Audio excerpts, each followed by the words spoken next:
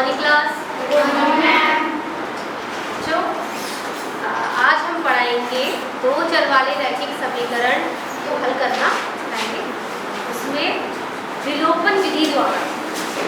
पिछली बार हम लोगों ने प्रतिस्थापन विधि से समीकरणों को हल करना सीखा था और आज हम सीखेंगे विलोपन विधि द्वारा समीकरणों का हल।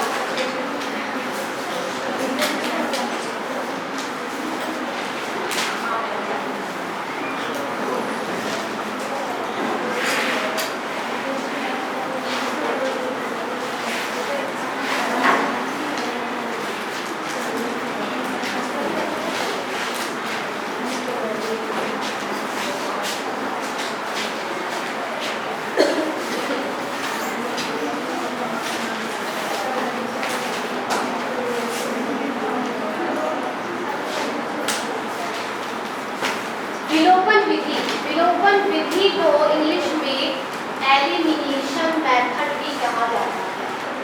क्या कहते हैं इसको? Elimination method. विलोपन विधि को समझाने के लिए दो उदाहरण लेते हैं।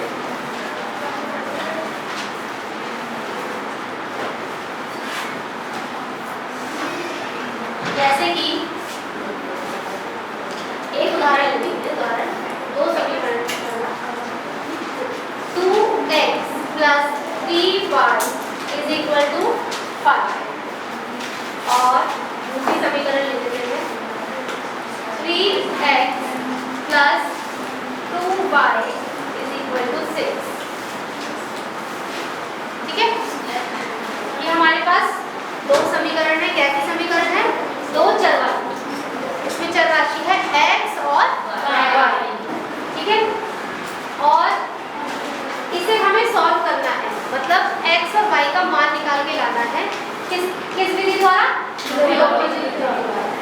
विलोपन नाम से ही आप लोगों को समझ में आ रहा है कि विलोप हो जाना। विलोप मतलब गायब करना, हटा देना। ठीक है, मतलब किसी एक चर राशि को विलोप करके दूसरे चर का मान निकालते हैं हम इस विधि में। ठीक है, एक चर राशि को विलोप करके, गायब करके, फिर एक ही चर बचेगा, उस चर राशि का मान निकाला जाता है। तो वो कैसे करते हैं वो हम आपको सॉल्व करके बोर्ड पर दिखाएंगे, तभी समझ में आएगा। ठीक, इसमें क्या करना होता है कि हमने पहले ये दो समीकरणें देखी। ठीक, इसमें से हमने कोई सी भी एक चर राशि देखी, मान लीजिए हमने x देखी। ठीक है, x का गुणांक पहली वाली समीकरण में, ये पहली है, पहली समीकरण में x का गुणांक क्या है? 2। दूसरी समीकरण में x का गुणांक क्या है? 3। तो इस विधि में क्या होना चाहिए कि जो दोनों समीकरणों में चर राशि जो हम चूज कर रहे हैं, जैसे x चूज कर रहे हैं, तो उसका गुणांक सेम होना चाहिए। जैसे यहाँ पर 2 है तो इधर भी 2 ही होना चाहिए। ठीक, अब हम इस केस में देख रहे हैं कि यहाँ पर तो x का गुणांक 2 है, यहाँ पर x का गुणांक 3 है। तो हमें क्या करना है? हमें दोनों ही समीकरणों में x का गुणांक सेम करना है। सेम करने के लिए हम क्या कर सकते हैं? हम समीकरणों को गुणा कर सकते हैं। अगर हम इस समीकरण को 3 से गुणा कर दें पहली समीकरण को, और दूसरी समीकरण को 2 से गुणा कर दें, तो देखिए x का गुणांक सेम हो जाएगा। 3 दूनी 6। ठीक है, यहाँ पे भी 2 दिया 6, तो यहाँ भी 6x बन जाएगा, यहाँ भी 6x बन जाएगा। तो इसका मतलब हमें क्या करना होता है? गुणांक सेम करने के लिए इनके अपोजिट नंबरों से गुणा करना है, दोनों समीकरण। ठीक है, ठीक है, इसलिए पहली वाली समीकरण में गुणा करते हैं 3 से, तो 3 दूनी 6x, फिर 3 की गुणा है 3 वाली से भी होगी, कितना आएगा? 9y। 3 दिया 9y बराबर 3 पंजे 15। ये हमारी नई समीकरण है। ठीक, अब ऐसे ही ये दूसरी वाली को भी हम जो है गुणा करके लिखेंगे। 2 दिया 6x प्लस 2 दूनी 4, 4y बराबर 2 छंग 12। ये हमारी अब नई समीकरण बन गई दूसरी। चलिए इसको मान लेते हैं पहली वाली को तीसरी समीकरण और फिर चौथी। ठीक है, अब हमें ये एक चर राशि विलोप करनी है। कौन सी? x, क्योंकि x के गुणांक सेम हो चुके हैं। ठीक है, विलोप करने के लिए क्या करना पड़ेगा? घटाना। ठीक है, यहाँ पे लिखेंगे घटाने पर। ठीक है, हमें यहाँ पर लिखना था कि पहली समीकरण को 3 से गुणा करने पर और दूसरी समीकरण को 2 से गुणा करने पर। फिर ये आई समीकरण 3 और 4 आई, 3 और 4 प्राप्त हुई। अब 3 और 4 को घटाने पर, ठीक, तो घटाते हैं तो नीचे वाले समीकरण के साइन चेंज हो जाते हैं। यहाँ पर 6 का साइन प्लस था, यहाँ माइनस हो गया। यहाँ पर 4y का साइन प्लस था, यहाँ माइनस हो गया। ऐसे ही यहाँ पर 12 का साइन क्या है? प्लस। कोई चिन्ह लगा हुआ था इसका मतलब प्लस है, तो ये माइनस हो गया। ठीक, अब इन्हें घटाएंगे। 6x में से 6x गया, 0 कट गया, विलोप हो गया हमारा x। ठीक है, अब 9y में से 4y गया तो कितने बचेंगे? 5y। कौन सा साइन लगेगा? प्लस का, क्योंकि 9 हमारा बड़ा है और उसका साइन प्लस है। ठीक, बराबर 15 में से 12 गए, कितने बचेंगे? 3। तो y का मान क्या आ गया इसमें? 3/5। ये हमें y का मान प्राप्त है। एक चर राशि x को विलोप करके हमें दूसरी चर राशि का मान पता चल गया। अब y का मान जो आया है वो हम किसी भी एक समीकरण में रख सकते हैं, चाहे पहली में रख लो, चाहे दूसरी में रख लो, चाहे तीसरी में रख लो, चाहे चौथी में, जो आपको इजी। हम पहली में रखते हैं। ठीक है, समीकरण 1 में रखने पर y का मान 3/5 समीकरण 1 में रखने पर। समीकरण 1 में हम y का मान 3/5 रखेंगे। 2 गुणा x 2x प्लस 3 गुणा 3/5 बराबर 5। ठीक, 2x प्लस 3 दिया 9, 9/5 बराबर 5। 2x बराबर 5 माइनस 9/5, 5/1। ठीक, अब क्या करेंगे? इसमें 1 और 5 का एलसीएम लेंगे और क्रॉस मल्टीप्लाई वाली विधि द्वारा इसे ऊपर लिखेंगे। 5 पंजे 25 माइनस 9 कितना बचा? 25 में से 9 गए तो 16, 16/5। ये अभी 2x का मान। ठीक है, हमें चाहिए x का मान। 2x बराबर 16/5, x बराबर कितना आ जाएगा? 16/5 गुणा 2। ये 2 यहाँ पर x के साथ गुणा में है, तो इधर वाली साइड जब ले जाएंगे तो ये नीचे भाग में गुणा हो जाएगा। ठीक है, 2 एकम 2, 2/8 16। x का मान कितना आ गया? 8, 8/5। ठीक है, तो 5 में बचा दीजिए। समझ में आया? तो ये हमारे दोनों चर राशि के मान आ गए। x का मान भी आ गया इधर और इधर y का मान आ गया और इधर x। क्लियर? चलिए नोट कीजिए। तो ये क्वेश्चन जो हमने अभी कराया था ये विलोपन विधि द्वारा, विलोपन विधि द्वारा अगर आपको सॉल्व करना हो तो इस तरीके से करें। नोट करिए।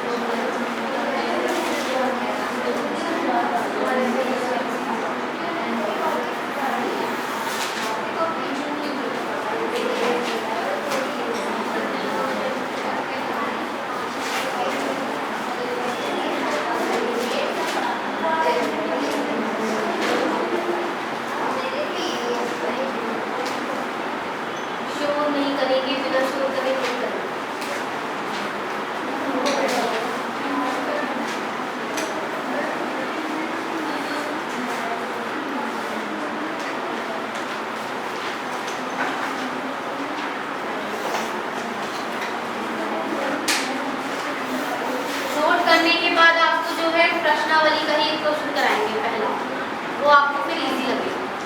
ठीक है,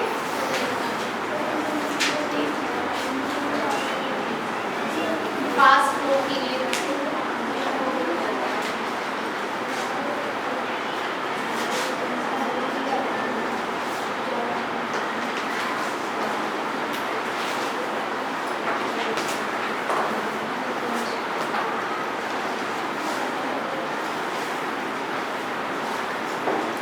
एक्सरसाइज 3.3 का क्वेश्चन नंबर 1 देखिए।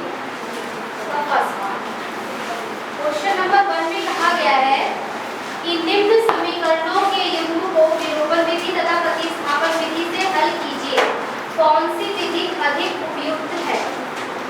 आपको दोनों विधि बता दी गई है, प्रतिस्थापन विधि भी और विलोपन विधि, लेकिन अभी मैं बोर्ड पर आपको विलोपन विधि द्वारा कराऊंगी और प्रतिस्थापन विधि से आप लोग घर से करके जाएंगे। ठीक है, फर्स्ट पार्ट देखिए। दो समीकरण दे रखी है, x plus y is equal to 5 और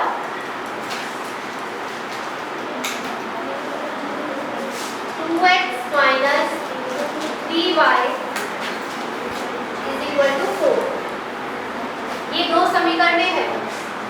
ठीक, इसको मान लिया पहली और इसको मान लिया।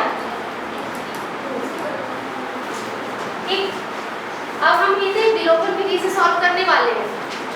विलोपन विधि में आप ये देखिए, यहाँ पर एक ये जो y है, y यहाँ पर पहली वाली समीकरण में प्लस का है और दूसरी समीकरण में माइनस का है। ठीक, तो हम y को ही रिमूव करना की सोचेंगे। रिमूव मतलब हटाने, विलोप करने, y को विलोप करना चाहिए। y का गुणांक यहाँ पर क्या है 1, यहाँ पर क्या है 3। तो हमें सेम बनाना है। कैसे सेम बना सकते हैं, कोई बता सकता है? गुणा करके। हाँ, किसको किससे गुणा करेंगे, हाथ रेस करके बस। यस, 3 से गुणा करनी है, किससे बस, और कुछ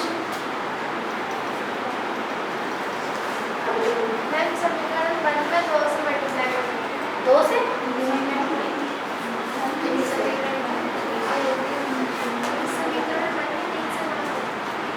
ठीक है। देखिए यहाँ पर प्लस का 1y है, यहाँ पर माइनस का 3। साइन अगर ना देखें तो हमें 3 बनाना है। एक जगह 3 है, एक जगह 1 है। गुणा करने पर हमें क्या लेकर आएंगे फिर 3। ये तो पहले से ही 3 है, तो इसमें तो गुणा करने की जरूरत नहीं है। ठीक, ये पहली वाली समीकरण को 3 से गुणा करेंगे तो ये 3y बन जाएगा, नहीं बन जाएगा। ठीक, बाकी वाले पद भी गुणा होंगे, लेकिन हमें पहले अभी y को हटाना है, तो हम y वाला देखेंगे कि सेम हो जाना चाहिए। इधर तो 3 है, इधर 3 लाने के लिए क्या करना पड़ेगा, 3 से गुणा। ठीक, तो लिखेंगे समीकरण 1 को 3 से गुणा तथा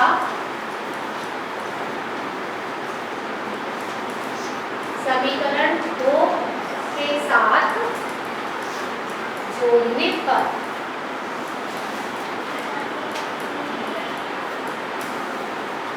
इसको 3 से गुणा करेंगे। तो इसको 3 से गुणा करेंगे। 3 से गुणा करेंगे तो 3 की x से करेंगे 3x प्लस 3y बराबर 3 बचे 15। क्लियर? दूसरी वाली समीकरण में किसी से भी गुणा नहीं करनी, तो वैसे का वैसे ही उतार देंगे। 2x माइनस 3y बराबर 4। ठीक है, अब क्या लिखा है मैंने, जोड़ने पर।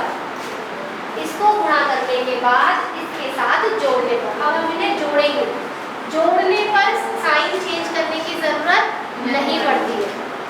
पहले मैंने जो उदाहरण लेकर समझाया था उसमें क्या करा था, घटाया था, तो घटाया था तो पीछे वाली समीकरण के साइन चेंज हो गए थे। ठीक है, हर एक पद के। अब इस वाली समीकरण में क्या करना है, साइन चेंज नहीं करना, क्योंकि हम जोड़ रहे हैं। जोड़ने में साइन चेंज नहीं होते हैं, घटाने में साइन चेंज हो जाते हैं, ये भी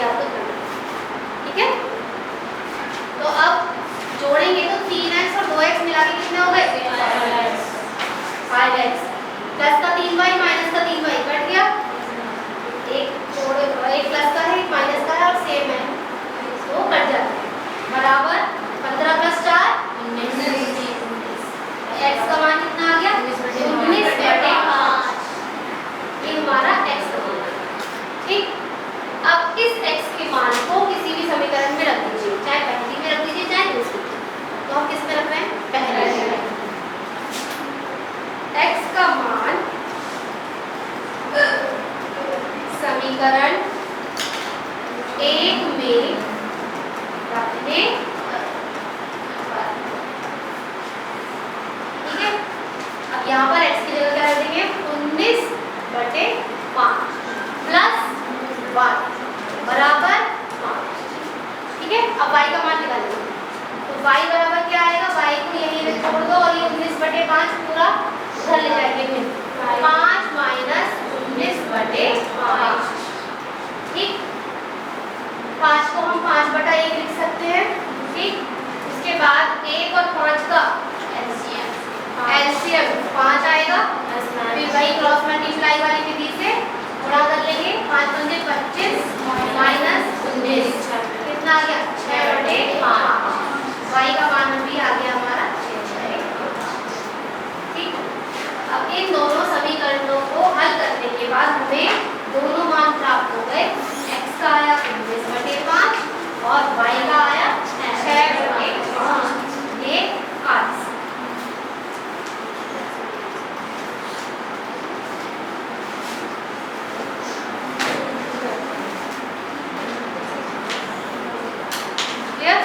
नोट कर लीजिए। इजी लगा ये मेथड?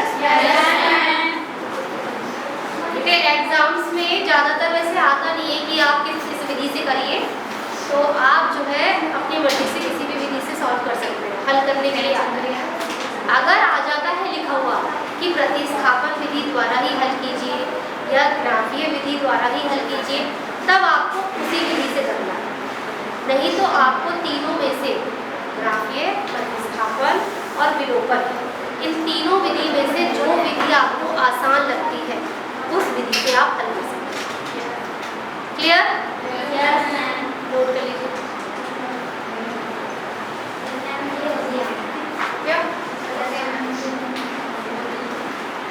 नेक्स्ट पढ़ाते हैं।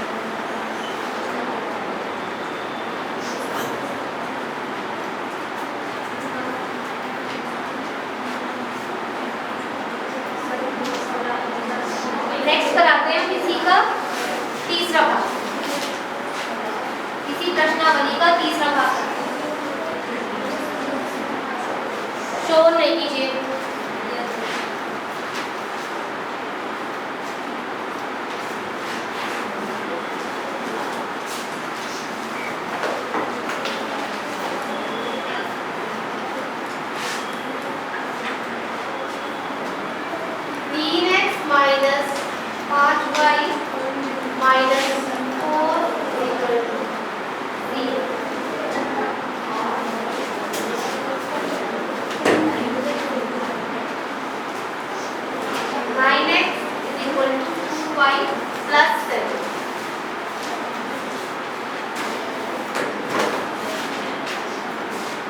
देखिए ये दो समीकरण आपको बोर्ड पर दिखाई दे रही है।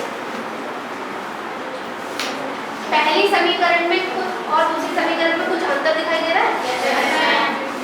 क्या अंतर है, कौन बता सकता है? फर्स्ट वाली में 3x है, फर्स्ट वाली समीकरण में, और उसमें 9x है।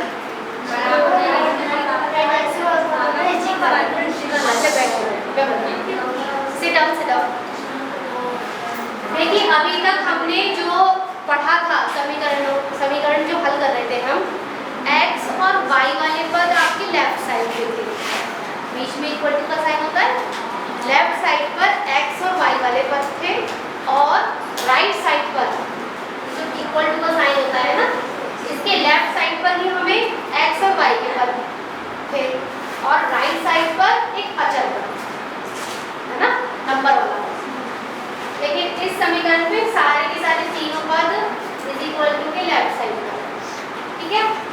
और इस समीकरण में एक x वाला पद लेफ्ट साइड पर है और y और अचल पद राइट साइड पर। तो ये अलग अलग तरीके से दे रखे हैं, तो इसको हम पहले सही तरीके से लिखेंगे। इसका मतलब x और y वाले पद हम लेफ्ट साइड में लिखेंगे और अचल पद हम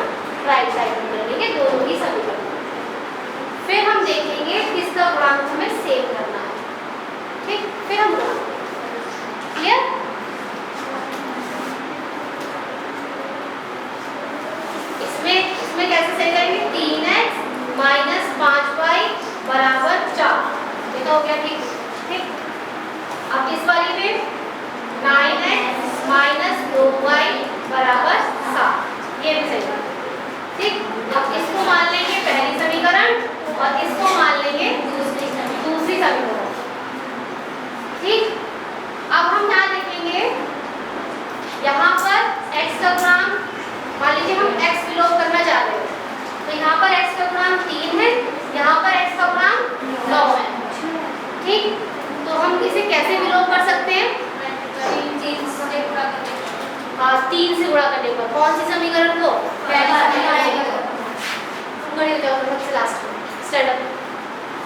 हाँ, आप बताइए कौन सी समीकरण को गुणा करेंगे?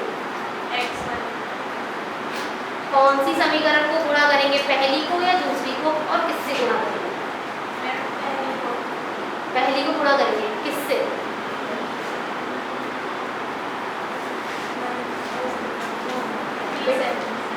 तीन से। बेटे पढ़ाई पे ध्यान दो।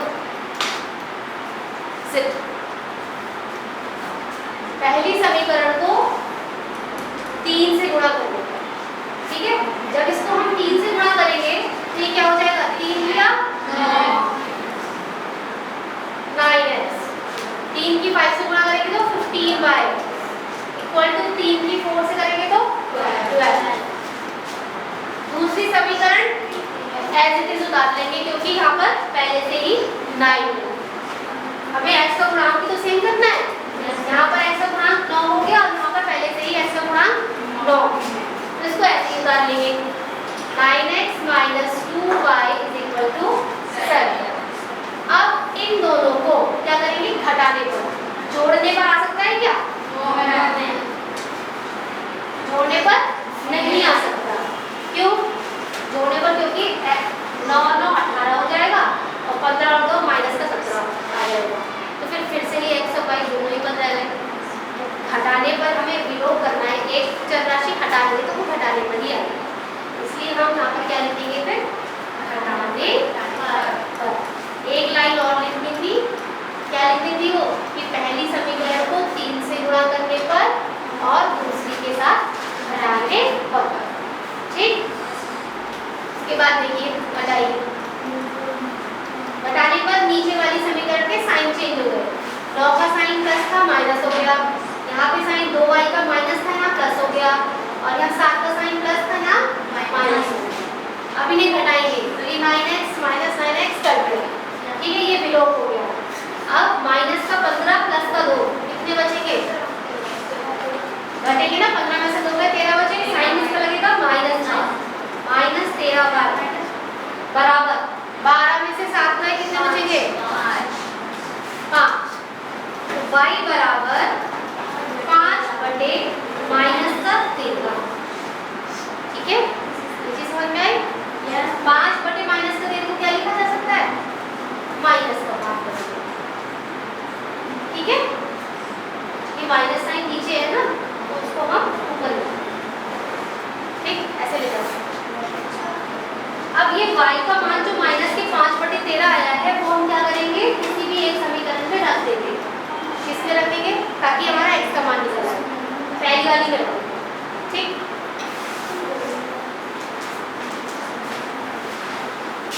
y का मान समीकरण 1 में रखने पर। ठीक है, 3x - 5 गुणा माइनस का 5/13 बराबर 4। ठीक, 3x ये माइनस माइनस गुणा होकर क्या हो जाएगा? प्लस 5×5 = 25/13 बराबर 4। 3x बराबर 4 - 25/13। ठीक, अब यहाँ पर क्या करेंगे? एलसीएम। कितना एलसीएम हो गया? 13। 13 की 4 से गुणा होगी तो कितना आएगा?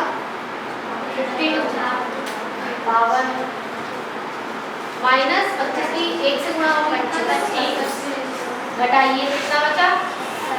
27। 27/13। ठीक है, 3x का मान है। ठीक, अब x का मान निकालने के लिए क्या करना होगा? x बराबर 27/13 गुणा 3। 3 से ये 27 कट जाए, 3 का 3, 3 ना 27, 9/13 x का मान यहाँ लिख देते हैं लास्ट में। x का मान आया हमारा 9/13 और y का मान आया था हमारा -5/13। ये दोनों मान आए हमारे ये चेक करिए ये ठीक आए। चेक करना भी सिखाया था ना मैंने आप लोगों को। x और y दोनों के मान जो है इसमें रख के देख लीजिए पहली समीकरण पे, और अगर 0 के बराबर आ जाता है या 4 के बराबर आ जाता है यहाँ रख के देखो।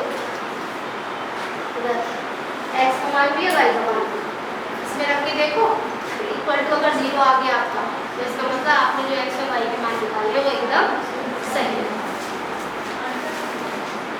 पहले ये नोट कर लो, उसके बाद आप चेक करिए।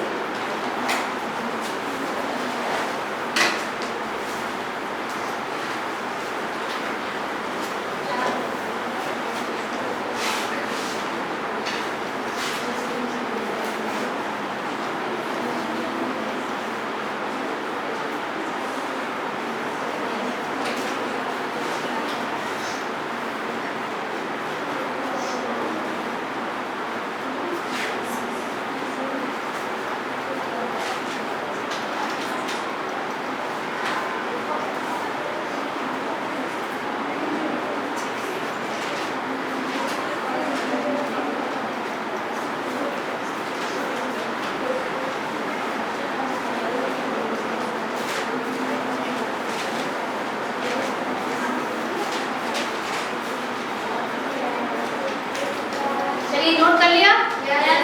अब आपको एक वर्ड प्रॉब्लम कराएंगे, ठीक है? एक समस्या है वो कराएंगे और उसको पहले तो उसकी समीकरण बनाई जाएगी, ठीक? उसके बाद उसको हल किया जाएगा।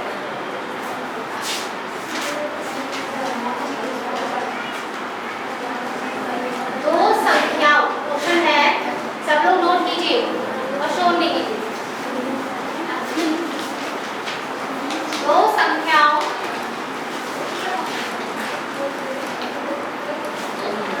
का अंतर 26 है और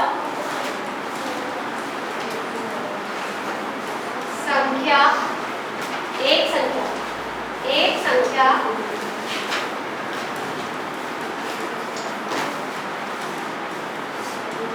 दूसरी संख्या की 3 गुनी है।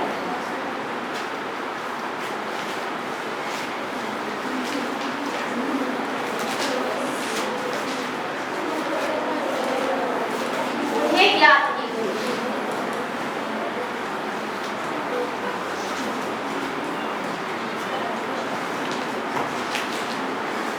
देखिए इस प्रॉब्लम को हम विलोपन विधि से करेंगे, ठीक? हल बहुत ही शॉर्ट में कराऊंगी मैं, आप लोग इसमें भाषा का भी प्रयोग कर सकते हैं, बीच बीच में लाइन लिख सकते हैं प्रश्न के अनुसार, ठीक? दो संख्याओं का अंतर 26 है। हमें दो संख्या नहीं पता, दो संख्या मान ली जाएगी, माना दो संख्याएं हैं x और y, उनका अंतर है